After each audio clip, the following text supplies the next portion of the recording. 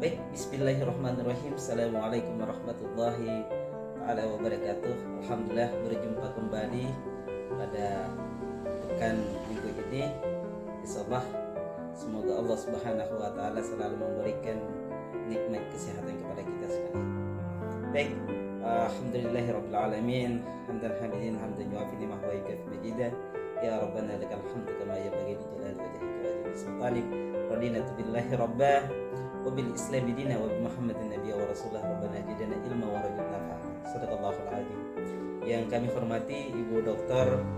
Azim Kelora Mastuti, yang kami hormati teman-teman prodi Tadris Matematika IAIN Ambon, yang sungguh kami banggakan. Baik teman-teman sekalian, alhamdulillah pada kesempatan ini kami akan mencoba untuk menyampaikan tugas yang telah diberikan kepada kami terkait dengan mata kuliah pembelajaran matematika kontemporer, di mana hari ini berjumpa kembali kepada pertemuan yang ke-6 bersama saya dan teman saya Ibu Sari yang akan nantinya mempertanggungjawabkan tugas yang sudah diberikan.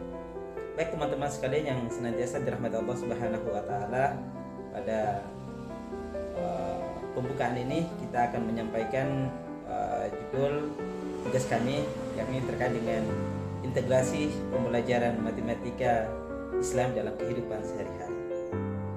Baik teman-teman sekalian, bahwa di dalam konsep pembelajaran matematika di sini kita akan nantinya mempelajari 3 konsep dalam pembelajaran matematika.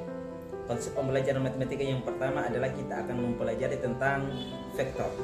Nah, yang kedua, konsep pembelajaran matematika yang kedua adalah kita akan mempelajari tentang perkalian, dan konsep pembelajaran yang ketiga adalah kita akan mempelajari tentang pembagian.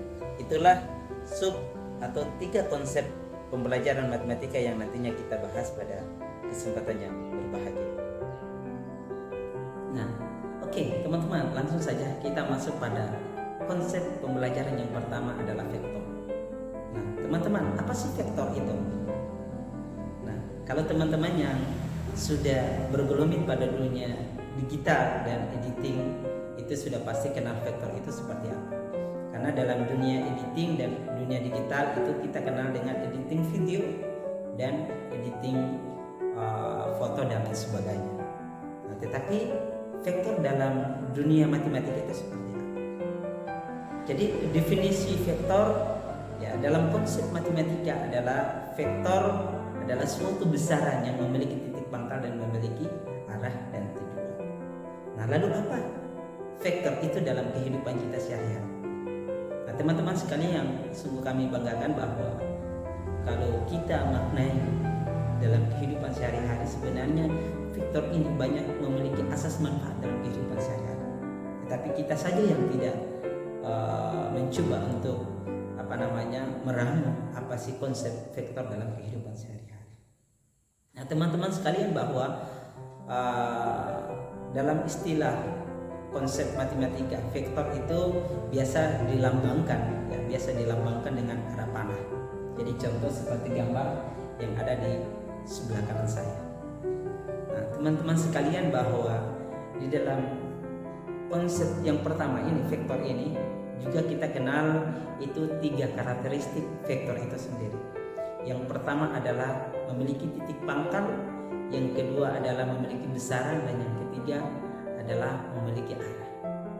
Lalu apa 3 karakteristik ini dalam manfaatnya dalam kehidupan sehari-hari?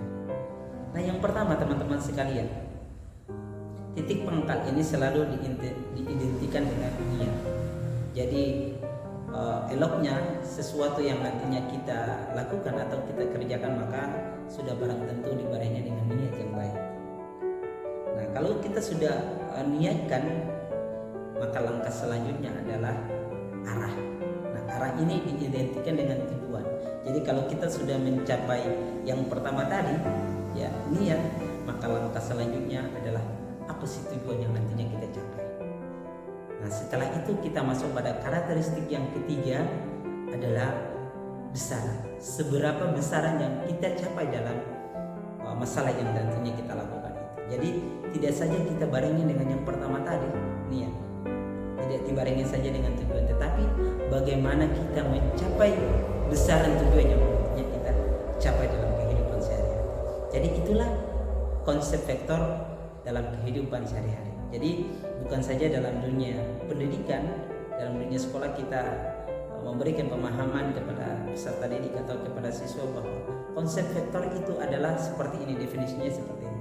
Tapi kita sebagai tenaga guru, sebagai tenaga pendidik mencoba untuk menyampaikan kondisi-kondisi ya real yang ada di lingkungan, sehingga dalam tahapan proses pembelajaran matematika itu siswa tidak jenuh dalam apa yang disampaikan oleh kita sebagai tenaga pendidik. Itulah konsep yang pertama terkait dengan integrasi pembelajaran matematika dalam kehidupan Islam. Baik teman-teman sekalian, kita masuk pada konsep pembelajaran matematika yang kedua adalah konsep perkalian. Teman-teman sekalian, di dalam konsep pembelajaran matematika khususnya pada konsep perkalian ini, kita kenal bahwa perkalian antara bilangan positif dikali dengan bilangan positif maka hasilnya adalah positif. Perkalian antara bilangan positif dengan perkalian antara bilangan negatif hasilnya negatif. Perkalian antara bilangan negatif dikali dengan perkalian bilangan positif hasilnya adalah negatif, dan perkalian antara bilangan negatif dikali dengan bilangan negatif maka hasilnya adalah positif. Lalu apa konsep perkalian ini dalam kehidupan kita sehari-hari? Bapak Ibu dan teman-teman sekalian yang sungguh kami banggakan bahwa perlu kita ketahui bahwa dalam suatu proses pembelajaran di lingkungan sekolah, tidak saja kita mengajarkan kepada siswa atau peserta didik terkait dengan konsep perkalian ini bahwa perkalian antara bilangan positif dengan perkalian bilangan positif adalah hasilnya positif. Tidak sebatas pada ruang lingkup itu, tidak sebatas pada ruang lingkup yang nantinya mereka hafal dan mereka mengingat, tidak.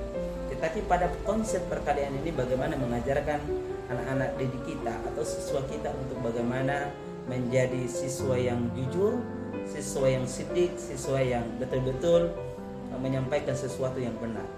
Kenapa? Kalau kita kembali pada konsep yang pertama adalah bilangan positif ya dikali dengan bilangan positif maka hasilnya adalah positif. Jadi contoh kalau kita bandingkan dalam kehidupan kita sehari-hari ya. Jadi seperti saya melihat sesuatu di luar sana adalah betul dan saya mengungkapkan itu adalah betul, maka insya Allah kita masih berada pada jalan kebenaran. Begitupun sebaliknya, perkalian kedua adalah bilangan positif dikali dengan bilangan negatif. Itu kalau kita contohkan dalam kehidupan kita sehari-hari, apabila kita melihat di luar sana adalah betul atau simbol dengan positif dan kita mengatakan itu salah atau negatif, maka sudah barang tentu kita berada pada jalan kesalahan atau jalan sesat. Begitupun juga perkalian antara bilangan negatif dikali dengan positif maka hasilnya adalah negatif. Ini sama halnya bahwa sesuatu yang kita lihat di luar sana adalah salah, lalu kita mengada-ada bahwa kita mengatakan itu benar atau positif, maka sudah barang tentu kita berada pada jalan kesalahan atau jalan kesesatan. Akan tetapi perkalian antara bilangan yang terakhir, konsep yang terakhir adalah perkalian antara bilangan negatif dikali dengan negatif maka hasilnya positif. Ini menandakan bahwa apabila kita melihat sesuatu di luar sana adalah salah, lalu kita membenarkan itu adalah salah, kita mengatakan iya betul di luar sana adalah salah, maka insya Allah kita masih berada pada jalan kebenaran atau sesuai dengan tuntunan ajaran Islam itu sendiri. Jadi Bapak Ibu sekalian yang senantiasa dirahmati Allah Subhanahu wa taala. Jadi sekali lagi saya katakan bahwa di dalam lingkungan sekolah itu kita tidak mengajarkan siswa kita untuk bagaimana menghafal antara perkalian bilangan positif dikali dengan bilangan positif adalah hasilnya adalah positif, tetapi bagaimana kita mengajarkan kepada anak-anak didik kita bahwa nilai kejujuran, nilai sidik itu harus ditanamkan di dalam akidah, akhlak dan kepribadian siswa itu sendiri, sehingga mereka keluar di lingkungan sekolah dan mereka akan terjun langsung ke lingkungan keluarga maupun lingkungan masyarakat, mereka selalu terpacu dengan nilai sidik dan nilai-nilai kebenaran. Itulah integrasi pembelajaran Islam dalam konsep perkalian pada konsep kedua. Baik teman-teman sekalian, kita berada pada konsep yang terakhir atau konsep yang ketiga, yakni terkait dengan pembagian. Nah, teman-teman sekalian, di sini saya akan tampilkan beberapa bilangan pecahan pembagi antara yang pertama 1/1, 1/10, 1/100 dan 1/1000. Nah, menurut teman-teman sekalian, dari beberapa bilangan pecahan, bilangan pembagian ini, berapa angka yang lebih besar dan berapa angka yang paling kecil? Nah, lalu apa kaitannya dengan kehidupan kita sehari-hari?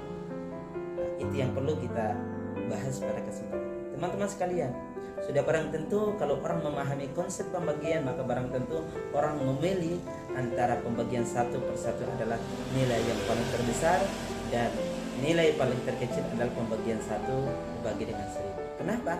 Karena pembagian semakin di bawah, angkanya semakin kecil, maka nilainya semakin besar. Akan tetapi kalau angka pembagiannya nilai di bawah itu semakin besar, maka sudah barang tentu hasilnya semakin kecil. Nah, inilah seperti kita contohkan dalam kehidupan Islami, maka Allah Subhanahu wa ta'ala itu mencontohkan orang-orang yang mengatakan bahwa 1/1000 adalah nilai yang lebih besar. Ini adalah orang-orang yang tidak mensyukuri nikmat dari Allah Subhanahu wa ta'ala. Nah, kenapa? Allah Subhanahu wa ta'ala itu pemberi rahmat, pemberi rezeki. Allah Subhanahu wa ta'ala itu adalah Maha Rahman, Maha Rahim. Ya. Allah Maha Kuasa. Allah Subhanahu wa ta'ala itu adalah Maha Rahman, Maha Rahim, Maha Pengasih dan Maha Penyayang. Allah Subhanahu wa ta'ala itu selalu memberikan kita nikmat. Jadi contoh pecahan ini menggambarkan ada perbedaan antara orang yang mensyukuri nikmat Allah dan orang yang tidak puas akan nikmat Allah. Jadi kalau orang yang mensyukuri nikmat Allah, maka ini disimbolkan dengan pecahan angka pembagi 1/1. Tetapi orang yang zalim, orang yang selalu rakus akan kekuasaan atau rakus akan segala nikmat Allah, maka mereka selalu meminta-minta. Nah, ini yang kemudian Allah Subhanahu wa ta'ala berfirman, barang siapa ya akan mensyukuri nikmatku, maka aku akan menambah ya nikmatku. Tetapi barang siapa yang kufur akan nikmatku, maka sungguh ya azabku akan pedih kepadanya. Sehingga inilah kehidupan pembagian dalam kehidupan Islami, dalam kehidupan kita semua. Itulah 3 konsep pembelajaran matematika yang kita bahas pada kesempatan ini. Mohon maaf mungkin kalau ada beberapa bahasa yang memang kurang dikoreksi, mohon ada dukungan, mohon ada koreksi dari teman-teman sekalian. Kurang dan lebihnya mohon maaf. Wabillahi taufiq wal hidayah. Wassalamualaikum warahmatullahi wabarakatuh. Dan selanjutnya saya serahkan kepada Ibu Dr. Ajeng untuk memandu acara selanjutnya.